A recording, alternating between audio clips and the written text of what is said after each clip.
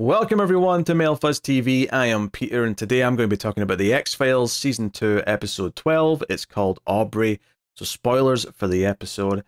This one is about a serial killer that was active in the 40s and there's killings happening today, which is weird because he's alive. The killer is alive, but he's in his 70s and he's very ill. But there's also this female detective in her 40s who is having visions and finding evidence and all sorts of things going on with that. So it's a pretty solid episode for the most part. There's one or two goofy moments I think near the end that kind of stuck out to me, but I thought there was some really interesting direction, especially early on, like the opening of the episode, which is in like the police station, the local police station in this town, wherever it is they're in.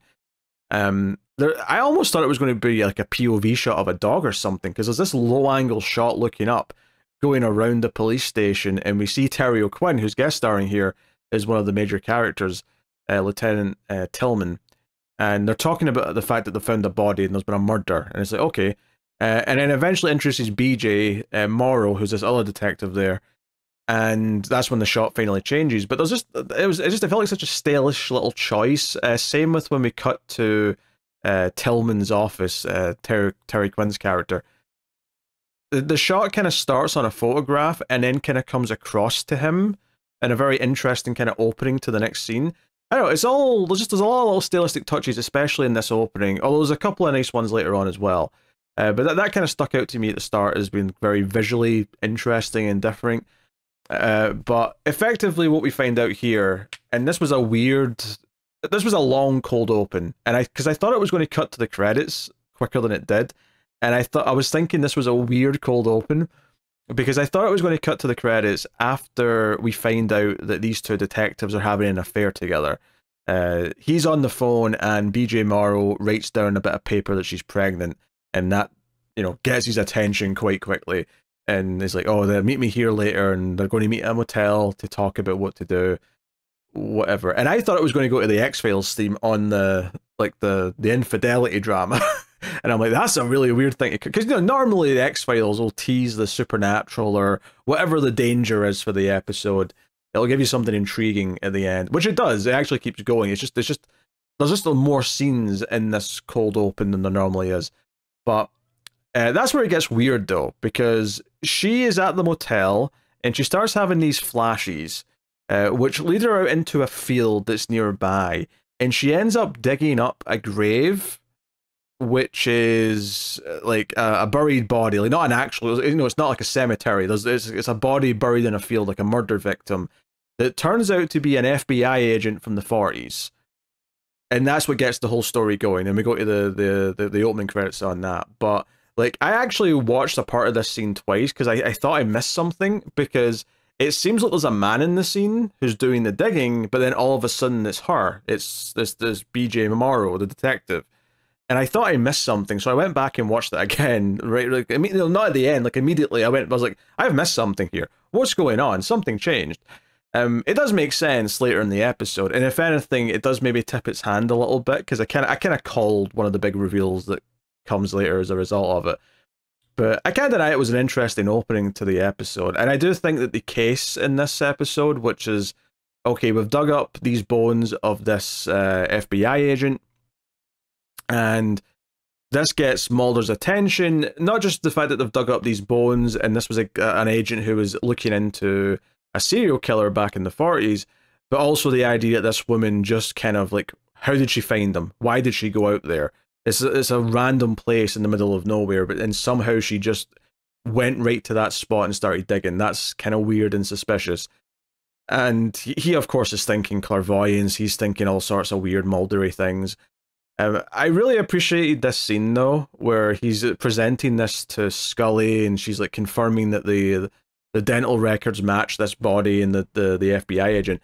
What I liked about it is when Mulder's going over the case, he basically points out that back in the 40s, this FBI agent who was looking into this, he was kind of treated as the Mulder of his day, not because he was into UFOs and paranormal stuff, but because back in the 40s, the idea that you would use criminal psychology to try and solve a murder case that was looked at as strange as someone looks at Mulder for looking into paranormal stuff. That seemed like magic. It seemed like a bunch of hokey nonsense that you could talk about someone's psychology and build a profile and, you know, Silence and Alarm style stuff. Mindhunter, if you've seen that, the David Fincher series. This idea of like different types of serial killers, and even points out that the term serial killer didn't exist. I think he said they were called stranger murders at the time. But this idea of the ongoing serial killer was very much at least new in terms of being identified. Whether or not it was actually a new thing that was happening is probably up for debate, and it probably happened at some point before then. But yeah, I thought that was a really cool little conversation, and just kind of the realization that once upon a time, someone was investigating something in a way that the FBI thought was a bunch of superstitious, hokey nonsense. But later time proved that it was very real. Now, admittedly, I think it's true to say that criminal psychology, like the actual amount of like crimes it's helped solve, are very limited, I believe, if any. But obviously, the idea of studying the psychology of the people who commit these types of crimes is definitely taken seriously, and is something that is talked about these days. It's not seen as a hokey thing. It's like, yeah, like people who act out and do these things probably should be studied to try and catch it in the future. But this idea that it was once a taboo like thing that no one liked and thought that, you know, this guy was weird for investigating or thinking about it that way, time has proven that he was onto something. And I guess there's a hope here from Mulder. He's saying, you know what, in 40 years' time, they're going to be saying I was onto something with all this UFO nonsense. What's funny about that is that we're already at 30 years since this episode aired. So he's only got 10 more. He's got 10 more, and then we can talk about if Mulder's been proven right in hindsight, which is actually scary to think about, that we're 30 years from this episode, and when they're talking about the 40s in this episode, that was 40 years prior. Or sorry, 50 years prior, yeah. But still, like, it's just wild to think about, like, how far ago certain time periods feel versus, like, when I was young, versus the fact that, oh, wait, no, I've almost covered that span of time in my life now. It just doesn't feel as... It feels like it went in really quick while I've been alive. So, yeah, I don't know. This is I was thinking about that as they were talking about the 40s in this episode and whatnot. But also, Mulder cracks a kind of raunchy joke at the end of this scene where Scully's like, oh, I guess we're going down to wherever to investigate this. And Mulder says he's always been interested in a woman named BJ. And Scully, like, shoots him this, like, little, like, seriously kind of smile. And I'm like, was that a blowjob joke? That felt like it was a blowjob joke. And I guess it was. But I feel like Mulder's pushing his... pushing the boundaries with Scully a little bit, seeing what he can get away with. See if she's responding to a little bit more, you know, risque material. I don't know. Maybe he's putting out feelers. Maybe putting out feelers literally if she's open to it. But yeah, there was another little moment actually later in the episode that I quite liked. This was just kind of on its own separately, but they're in the car at one point, and basically Mulder accuses her of leaping to a conclusion, or accuses someone else of leaping to a conclusion, and she's like, "Oh yeah, because you've never just jumped to the deep end of like a bit of speculation." And he just sort of like smiles and says, "Nope, never done that." And Scully does laugh. So it was a very self-aware little joke that was good from a writer's perspective, because they're having fun with the idea that we all know Mulder jumps to conclusions a lot. But we're also like that the character himself is smiling as he says it. He knows it's silly that he's saying that. So that's a little endearing. It's just a little bit of chemistry between Mulder and Scully that it plays quite nicely there. In fact, one of the things I like about this episode is that Scully basically gets some hunches herself this episode about a few things. Namely that she immediately recognizes that the two detectives are having an affair. And when she brings this up, Mulder's like, huh? What? What's going on? And it was really funny just to see her be one step ahead for a change. And then also mention that she's pregnant. And he's like, wait, what? How could you possibly know that? I mean, I think she first brings it up with BJ herself. She asks her, you know, how far along are you, or something like that. But it was really interesting just to see her kind of recognize certain things, even if like all of them are specific to her gender, admittedly, which maybe you could argue that's a little bit of dated writing. But I think it was just nice because for a change, she was getting to like right conclusions, which seemed like just jumping to a magical endpoint to Mulder, because normally it's the other way around. Normally Mulder's coming up with fancy conclusions and then is proven to be more or less right or in the ballpark as the episode goes on. And he does kind of do that later in this episode as well when he finally cracks like what's going on. But it was nice for Scully to be a little bit ahead of him for a change and just to be completely right. And we know she's right because everything she says the audience have already seen to be true. So it kind of makes us feel like we're on Scully's side of the conversation, which is nice for a change. Not that we're not usually, like she's usually the one asking questions that we also want to know. But this was like a more like, haha, Mulder, Scully's got one up on you and so do we. And that's kind of fun. So yeah, I like that element of it quite a bit. Another element of it that I really, really liked was how it reveals that there's also murders going on. Because as much as I said in the opening scene, you hear Terry O'Quinn mention that there's been a body, it kind of just glosses over it like it's not the important. I mean, I did sort of notice it and thought, oh, that's going to come up later, that there's murders happening. But the way it reveals that there's connected murders happening in present day, I think is a great moment. It's when Mulder and Scully are looking at the skeleton of this FBI agent who was dug up. And they spend a bit of time talking about how this killer used to carve words into the chest of the victims. If it was a woman, he'd carve in the word sister on their chest. If it was a man, he'd carve in the word brother on his chest. And basically, the bones had little marks to kind of like, you know, whatever the knife went through, it would make some marks on the bones. But you wouldn't obviously get the full letters because there'd only be bones at certain parts of the chest, right? So it's this idea that maybe they can sort of reconstruct and try and figure out what the word was. Then so they're doing a lot of you know, computery stuff, which, you know, is fun and kind of like, because it's 1993, 1994, so it's old school stuff by today's standards. But it's that fun thing where they've just got two images and they're sort of like, you know, try to see if they're compatible or if they compare. And anyway, what I really like about this is that Terry O'Quinn comes in at one point and he's a little miffed that they're still talking to BJ because they seem to be asking her questions almost as if they were accusing her earlier on. So he's getting kind of protective of her. And he sees a photograph on the table of one of the chests that had the word sister or whatever carved into it.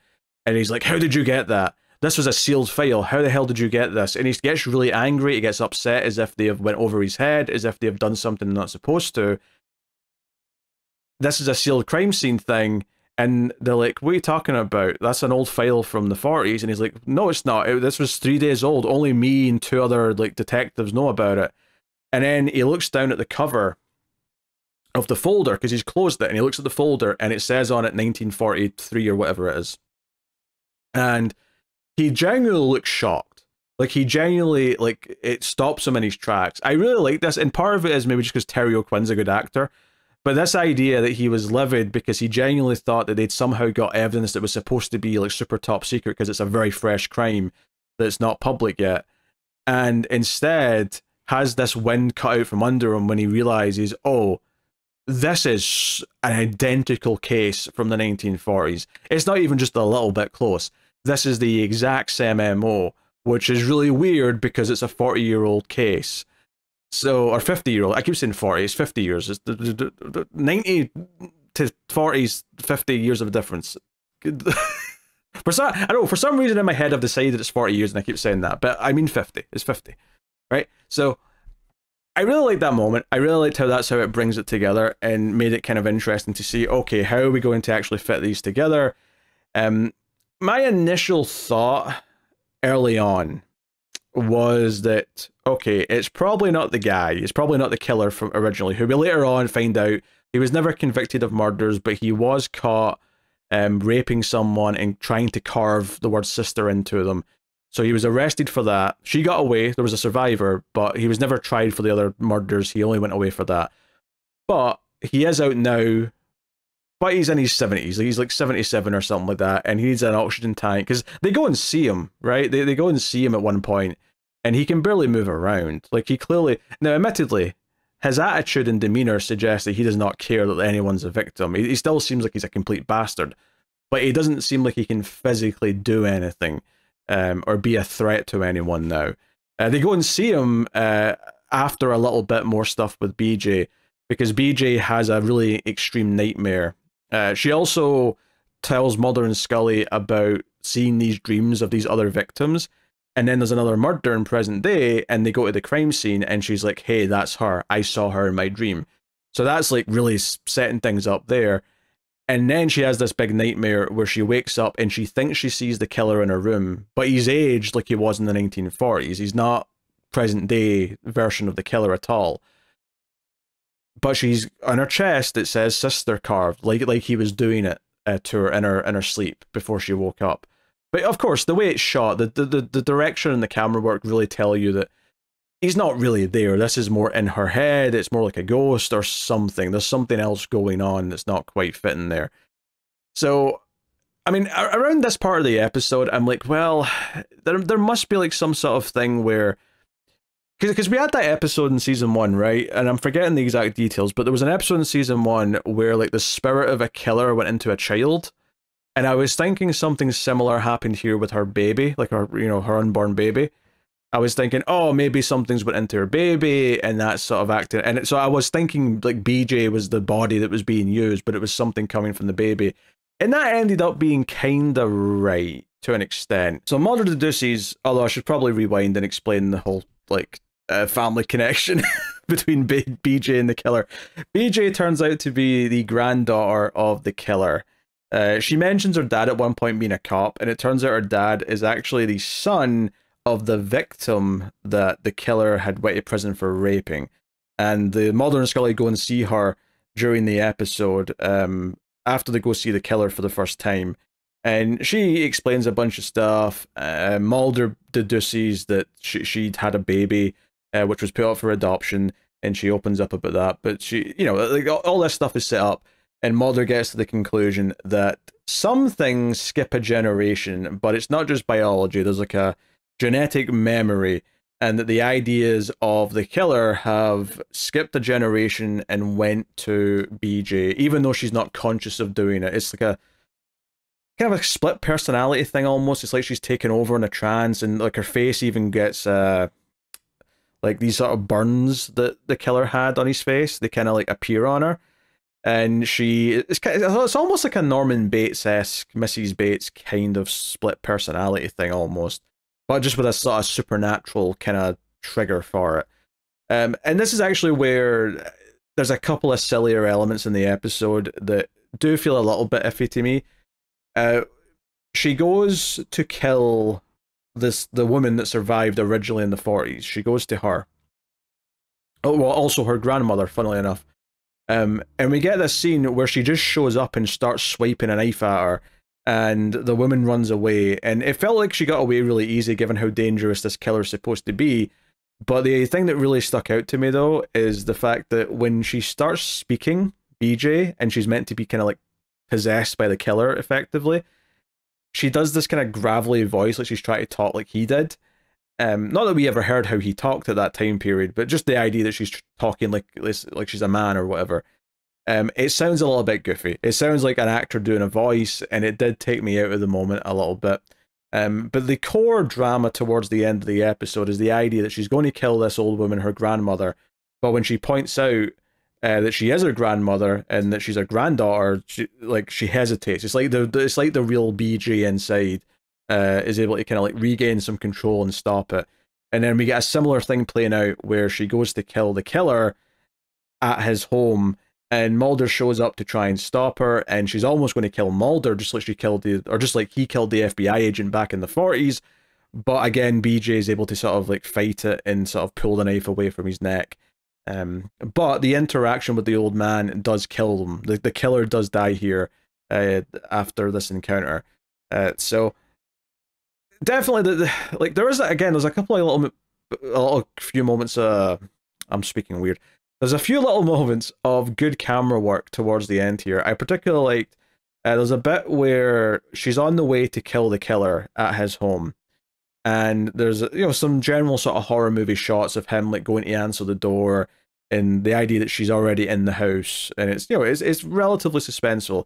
But my favorite part of it is that it sort of cuts to just a shot of her hand holding a weapon, like I can't remember if it was a knife or something similar, but that was like a really good atmospheric, spooky shot. It was kind of the idea of like, oh, the doom's coming, and I think keeping her quiet and keeping her stalking around like that was way more effective in this sequence than her just jumping out and talking to the old woman in the other scene, where it just kind of felt a little bit hokey because she was putting on a voice, and it felt like the direction wasn't helping her look intimidating when she was attacking the old victim, as opposed to here when she's coming after the killer, and the camera actually treats her like she's this, almost slasher movie villain to a point. I think there's a little bit of a disconnect between them, and maybe that's intentional because the killer deserves to be a slasher movie victim, so he gets filmed like one, whereas the old woman is a victim, like a genuine victim and innocent, and therefore, deserved more respect. But it just made it like a less enticing scene and didn't present BJ under the killer's spell as a credible threat. To bring back in the baby side of things, it seems like once the killer dies, the old man that is, it seems like BJ stops being the killer, right? It's like she goes back to being herself, and that's it. She's shaken up. She's like, she's freaking out about everything, but she seems like she's back to just being her. So it is almost like there was a connection to the old man. It wasn't just like it's passed down, like with him dead, it is gone. However, the episode does end with the ominous idea that she is terrified that her baby will inherit this murderous like impulse and desire. And we find out from Scully's narration that she tried to self-abort and she's on suicide watch because of that. So like, it's a really dark ending, and it's interesting actually. The last episode I went on a little bit of a talk about Mulder's dismissal of a rape victim in that episode. This episode, the subject of sexual assault comes up again because of this attack in the 40s. And when Mulder and Scully go to see the old man, and they start asking questions about it, he's like, oh, that was a long time ago, I don't remember anything.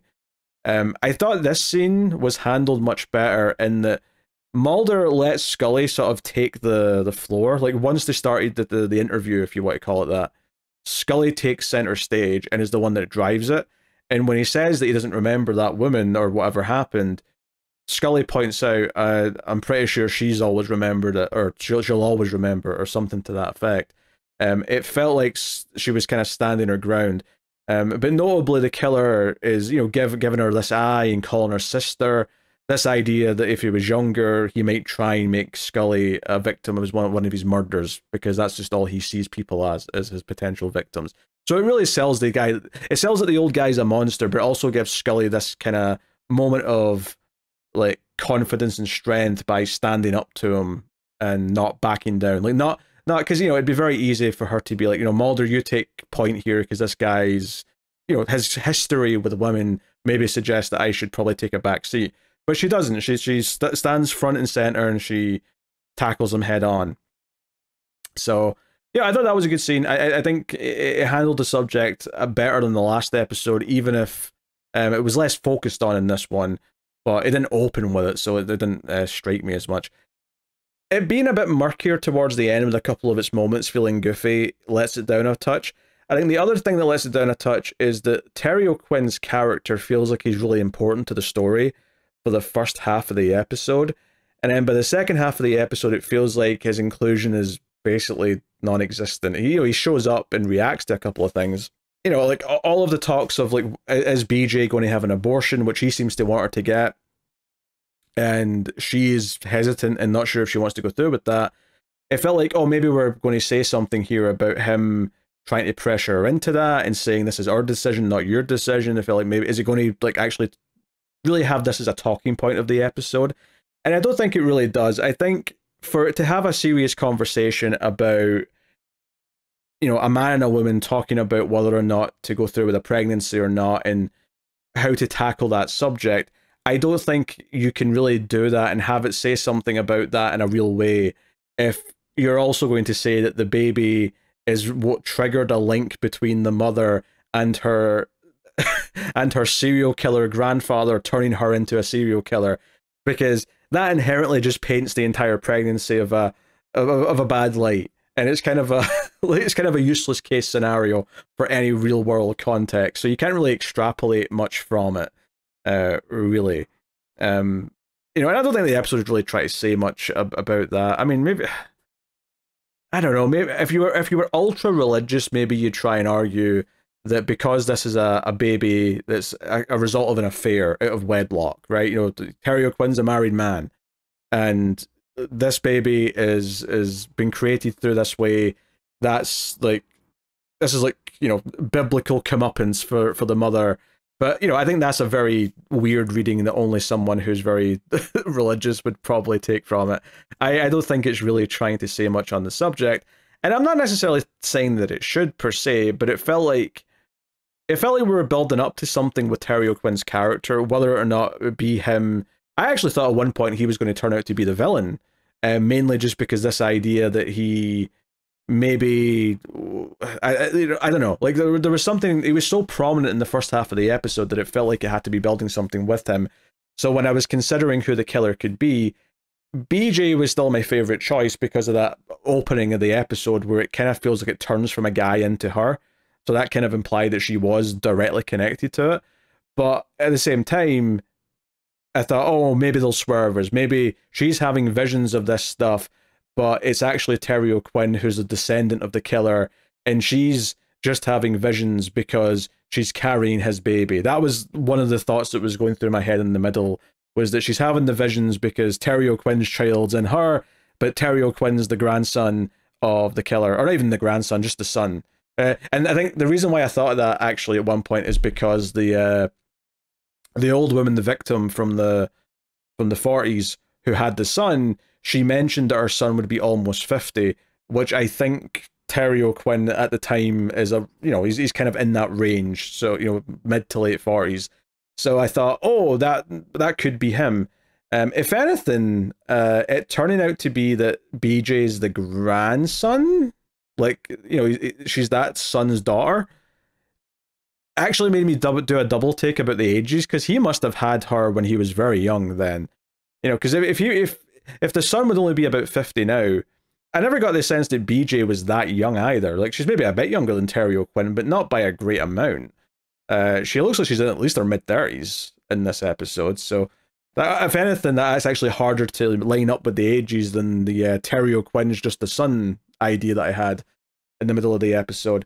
But he's just kind of there to react to things and sort of show up and like help take in BJ at the end. He sort of pleads with her a little bit. But it's not like we ever get a sense of actually, like, I think we spend so much of the episode thinking that BJ is the innocent victim and everything, and that she's trying to solve the crimes, that Terry O'Quinn's character naturally feels like he's kind of an antagonist to her because he's getting in the way and making demands of her. And, you know, not so much that he necessarily had to turn out to be a villain, but just that there'd be some kind of like bow to tie up their story. And I think at the end, because her story ends up having very little to do with him, other than the fact that he got her pregnant, it kind of feels like his character didn't really amount to much, even though he felt like he was important to the story, like for the first half. So, I mean, I said a lot of things there about it. I don't know if it's that big of a problem, but it's definitely something that felt the focus kind of pivoted away from him throughout the episode. So, certainly though, entertaining episode. There was good spooky moments. I think Mulder and Scully's chemistry was really solid throughout, and generally speaking, there was just a fun concept. And there was a point early on when I thought it was similar to another episode, but then it kind of went and did its own thing. But I think admittedly, I do think the first like 10-15 minutes are the best part of the episode. I think once it starts answering the questions, it starts to feel a little bit more, you know, convoluted. But that opening 10-15 minutes is really, really strong. And then there's still fun to be had after that, but not without its faults. So that's my thoughts on Aubrey. Let's see what's coming next time from The X-Files. We have an episode called Irresistible. Here's a description on IMDb. Scully and Mulder hunt down a fetishist who collects pieces of the dead. Ooh, kinky. We get a kinky episode. Is there any notable actors here that I recognize instantly? I don't think so. Maybe I'll notice them in the episode if they're not sticking out to me immediately. But that is the X-Files for the week. Thank you very much for joining me. You can, of course, get me on the patreon.com/MailFuzzTV if you want to support the show and the content and keep everything coming. But that is me. Any support is great, though, whether that be liking, subscribing, just watching all the videos and stuff. But thank you very much. I'll see you guys next time. Keep watching TV. Have you got any vanilla?